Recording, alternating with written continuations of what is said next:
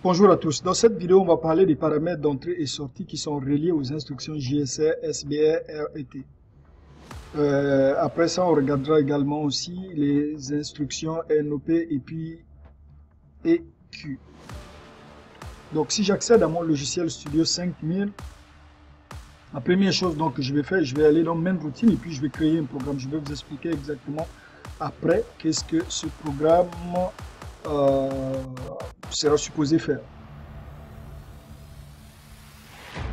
Donc je crée une première ligne, je vais chercher un bit ici.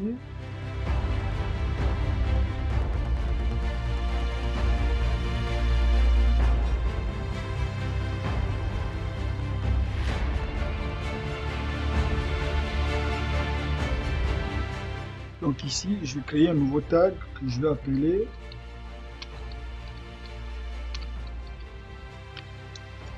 produit A.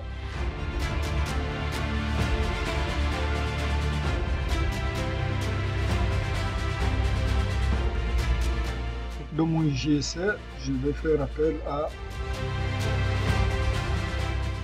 la sous-routine production.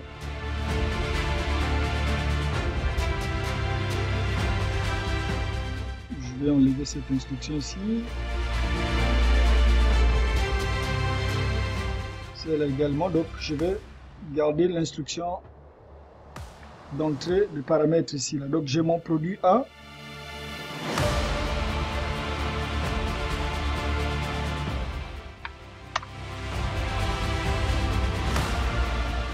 Pas besoin d'instruction de return. Donc je vais copier ça, je vais recréer une autre ligne, une troisième ligne ici.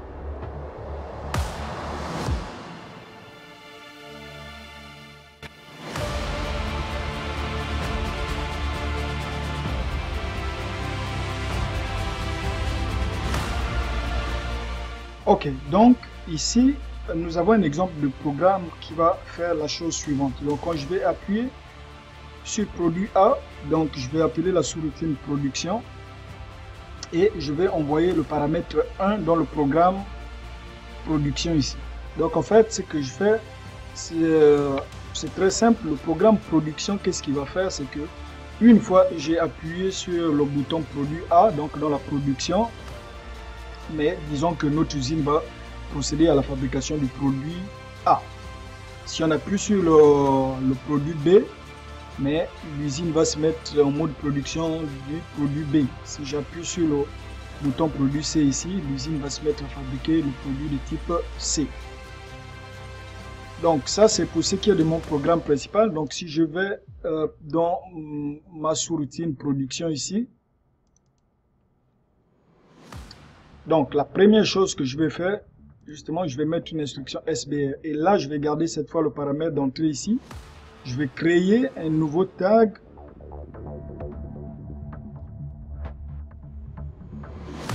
que je vais appeler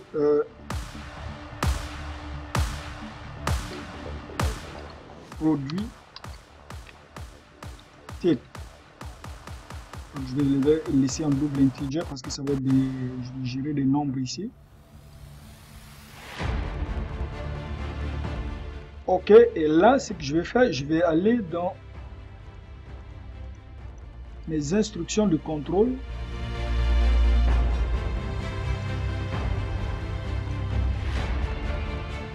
Et là, je vais mettre l'instruction NOP. L'instruction NOP, en fait, c'est une instruction qui, dans le fond, est utilisée pour une perte de temps, en fait.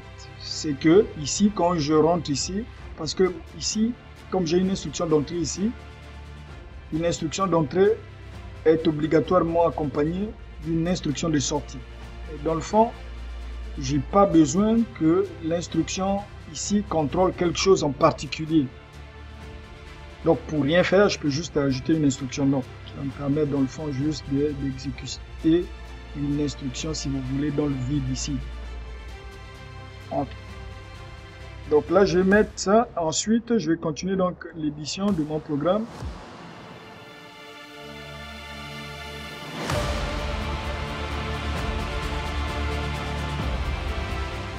Je vais ajouter une ligne, deuxième, troisième.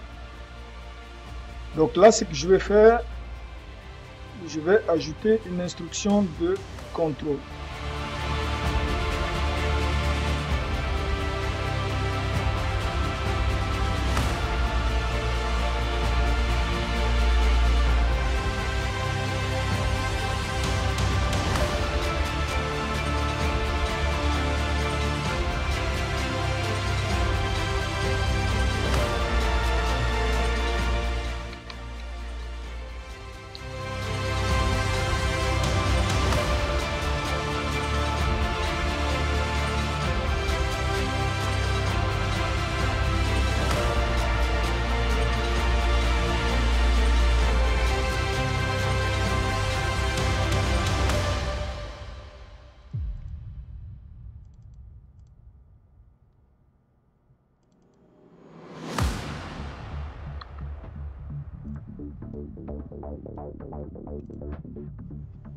Je vais juste finir le programme et je vous expliquerai après qu'est-ce qui est supposé faire dans le fond.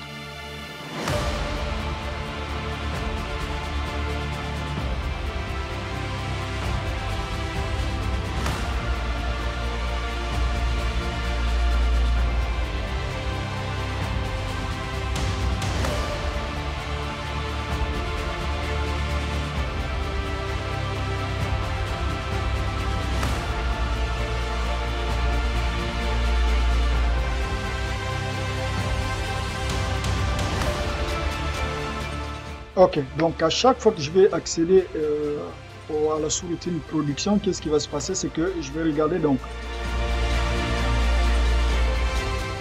Si je regarde dans le même menu, j'appuie sur le produit A par exemple. Donc j'ai un jump to sous-routine production. Donc quand lui va jumper dans la sous-routine production, qu'est-ce qu'il va amener comme paramètre? Il va amener un comme paramètre. Donc quand je vais arriver ici, l'instruction ici, donc le paramètre d'entrée ici, qui est le 1, qui vient de notre main routine, va être enregistré dans le type de produit ici. Donc ensuite, qu'est-ce que je fais sur la ligne suivante? Je vais comparer le type de produit à 1. Donc qu'est-ce que ça veut dire? Donc si je reviens dans mon main ici, j'appuie sur le A, produit A. Donc j'ai le 1 qui est transféré ici, dans cette routine. Donc j'ai 1 ici. Donc il va comparer le 1 avec la source B ici. Donc j'ai 1 qui est égal à 1. Dans le fond, c'est quoi? Donc la machine va se mettre à produire le produit de type 1 ici. Prod 1. Donc c'est la même chose.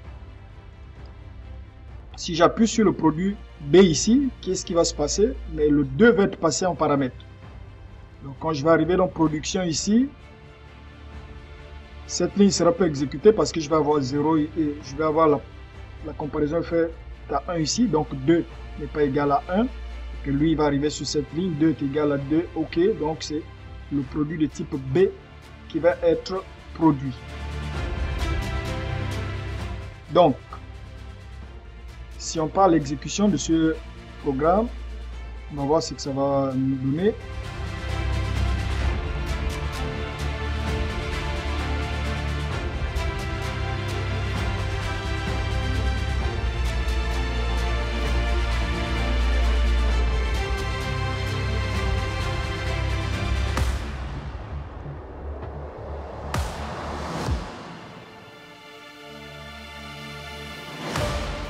Donc si je vais dans ma main routine ici, je clique sur le produit ToggleBit. Donc là, je m'assure que je suis bien rentré dans ce GSR ici, production 1. Donc c'est très important. Tant aussi longtemps qu'aucune des entrées ici n'est actionnée, donc n'est mis au niveau 1 là, cette routine, ce GSR ne peut pas être appelé par le main. Donc là, j'arrive, je rentre, si je vais dans production, je regarde ici, vous voyez, donc j'ai 1 ici qui a été passé en paramètre ici, qui est égal à 1. Et regardez, j'ai le produit 1 qui vient d'être mis en production, si je peux m'exprimer ainsi. Si je reviens ici et que je toggle ce bit là, je le mets à 0 et que je reviens ici, production, vous voyez, j'ai toujours mon produit 1 qui est en fabrication. Si je reviens dans ma main routine ici, j'appuie ici. Donc je toggle ce bit ici et que je répare ici production. Donc vous voyez, j'ai le produit 2 qui est en production. Maintenant, si je reviens ici, donc j'arrête la production de mon produit B, je reviens à la production du produit A et que je reviens à production ici. Donc vous voyez, j'ai production ici donc du produit 1 qui est mise en marche.